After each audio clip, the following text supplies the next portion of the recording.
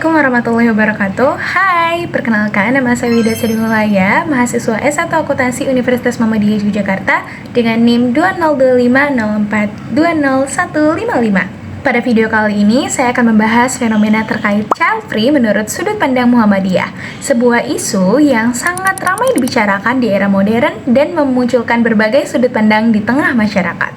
Belakangan ini, istilah child free itu sering banget muncul di media sosial. Tapi kalian tahu nggak sih arti child free itu sendiri? Free dari child, free nggak punya anak, anaknya free. No ya, child free bisa diartikan sebagai keputusan seseorang ataupun pasangan suami istri untuk tidak memiliki anak, bukan karena kondisi medis atau ketidakmampuan biologis. Sebagian orang menganggap child free sebagai hak pribadi, karena memiliki anak tentu butuh kesiapan mental, fisik, finansial yang jauh lebih baik, bukan? Atau bahkan memiliki anak itu ditunda dulu karena memang pengen fokus karir, pendidikan, ataupun keinginan-keinginan bebas dalam kehidupan. Jadi dari itu semua muncul nih pertanyaan unik, gimana sih Jendela Muhammadiyah itu bisa menjelaskan ini semuanya? Yuk kita lihat. Dalam perspektif Muhammadiyah, pernikahan itu bukan hanya soal menyatukan dua insan yang saling mencintai, teman-teman. Pernikahan itu tuh jauh lebih luas daripada itu. Pernikahan itu tentang bagaimana membangun keluarga yang sakinah, serta menghadirkan generasi yang beriman dan berakhlak mulia. Allah Subhanahu wa Ta'ala berfirman dalam Quran Surat An-Nahl ayat 72. Allah menjadikan bagimu pasangan hidup dari jenismu sendiri, dan dari pasangan itu Dia memberikan anak-anak dan cucu-cucu bagimu.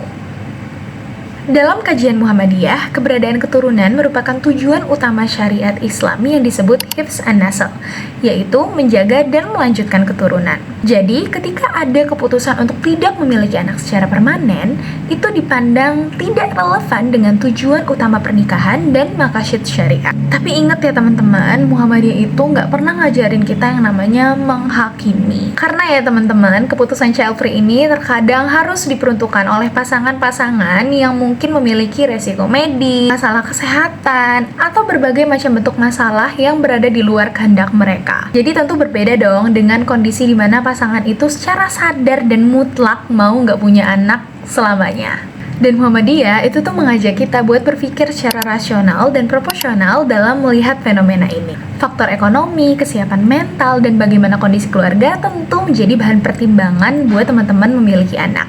Tapi jangan sampai ya, bahan-bahan pertimbangan itu sendiri menggugurkan bahkan menghapus tujuan utama pernikahan menurut Islam ya teman-teman. Jadi ketika kalian mau memutuskan sesuatu, ada dua hal yang perlu kalian pertimbangkan.